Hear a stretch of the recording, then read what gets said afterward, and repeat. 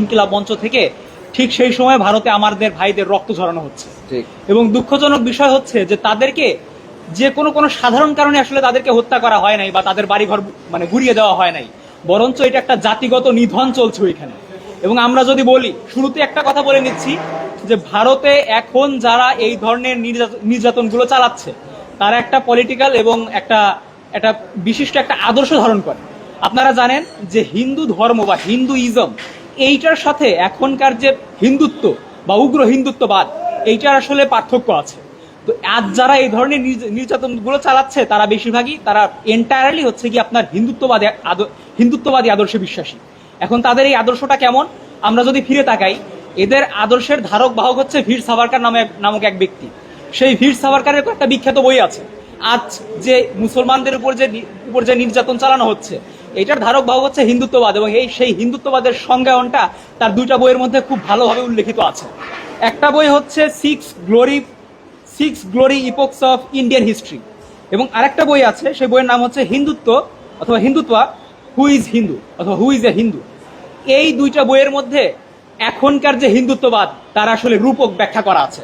আপনি চিন্তা করুন যে আজ থেকে প্রায় 100 বছর আগে সে তার বইগুলোতে এভাবে লিখে গিয়েছে। যেমন এই যে six glory epochs of Indian history, এই বইয়ের 8 নম্বর চ্যাপ্টারের 451 নম্বর প্যারায় উল্লেখিত আছে, এইভাবে উল্লেখিত আছে যে কোনো হিন্দু যদি যৌন চাহিদা ব্যতি রেখে যদি প্রতিশোধ নেওয়ার জন্য যদি কোনো মুসলমান নারীর উপর যদি যৌন নির্যাতন যদি চালায়, কোনো মুসলমান নারীকে যদি ধর্ষণ করে, তাহলে সেটা খারাপ কিছু না। এমনকি যদি কোনো হিন্দু শাসক বা কোনো হিন্দু যদি কোনো মুসলমানের সাথে যুদ্ধ জিতে যদি তাদের নারীদেরকে যদি ধর্ষণ না করে, তাহলে সেটা হচ্ছে তার পারভার্ট ভার্চু, মানে গান্ডু ভার্চু আর কি, গান্ডু গুণা বলে। আপনি চিন্তা করেন যে তাদের মুসলমানদের প্রতি জাতিগতভাবে তাদের দৃষ্টিভঙ্গি এইরকম। আপনি যদি বলেন যে তাদের কাছে আসলে ভারতের বা হিন্দুস্তানের বাসিন্দা কারা, তারা মনে করে যে ভারতের বা হিন্দুস্তানের লেজিটিমেট বাসিন্দা হচ্ছে Hindutva who is a Hindu. এই বইয়ে লেখা আছে যে যাদের পিতৃভূমি এবং পবিত্র ভূমি উভয়েই হিন্দুস্তান, শুধু তারাই হিন্দুস্তানে থাকতে পারবে। এইখানে শুধু মুসলমান না, এমনকি এইখানে খ্রিস্টানদেরকে পর্যন্ত উল্লেখ করা হয়েছে। তো মুসলমানদের তো পূর্ণভূমি হচ্ছে গিয়ে আপনার মক্কা বা ফিলিস্তিন, আর খ্রিস্টানদের হচ্ছে গিয়ে আপনার পশ্চিমে, কিন্তু এইখানে শুধু পবিত্র ভূমি হচ্ছে হিন্দুদের। অতএব এখানে শুধুই লেজিটিমেট বাসিন্দা হবে হিন্দুরা বা হিন্দুত্ববাদী যারা তারা। আপনি চিন্তা করুন মুসলমানদের প্রতি বা অন্য যে কোনো ধর্মাবলম্বীদের প্রতি তাদের ধারণাটাই এরকম, তাদের জাতিগত দৃষ্টিভঙ্গিটাই এরকম। এবং এইটার পরিপ্রেক্ষিতেই আমরা দেখতে পেয়েছি যে গত 4 মে থেকে 7 মে পর্যন্ত জাস্ট এই 3 থেকে 4টা দিনের ঘটনা আপনারা যদি বিশ্লেষণ করেন, যে আপনারা জানেন যে ভারতের যে কয়টা প্রদেশ আছে তার মধ্যে সবচাইতে কম যে ক্রাইম রেট তার মধ্যে পশ্চিমবঙ্গ উল্লেখযোগ্য। সেই পশ্চিমবঙ্গে গত এই 3-4 দিনের মধ্যে দেখা গিয়েছে যে শুধুমাত্র মুসলমান হওয়ার কারণে মানুষকে হত্যা করা হয়েছে। শুধুমাত্র মুসলমান হওয়ার কারণে তাদের বাড়িঘর বুলডোজার দিয়ে ঘুরিয়ে দেওয়া হয়েছে।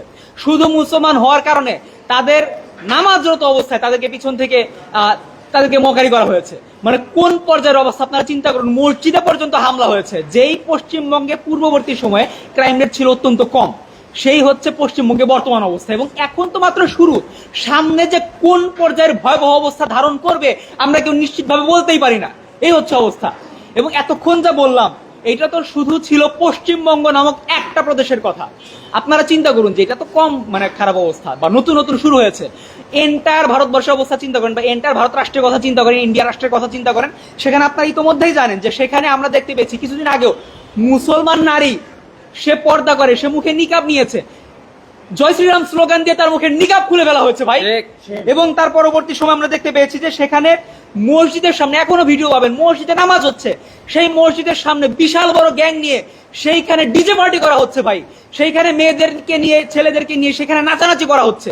এই হচ্ছে অবস্থা ভারত নামক রাষ্ট্রের।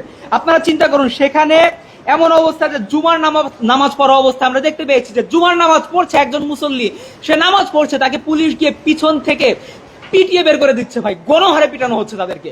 এই হচ্ছে অবস্থা একটা রাষ্ট্রের, মানে একটা ধর্মীয় সংখ্যালঘু তাদের এই অবস্থা। এবং এটার মধ্যে সীমাবদ্ধ না, আমরা পূর্ববর্তী সময় দেখতে পেয়েছি যে 500 বছরের থেকেও বেশি ঐতিহাসিক একটা মসজিদ ছিল বাবরি মসজিদ, সেটাকে ধ্বংস করা হয়েছে সেই বাবরি মসজিদ ধ্বংস করার পরে সেটা প্রত্যেকটা ইট খুলে নিয়ে গিয়ে তারা হিন্দুত্ববাদীরা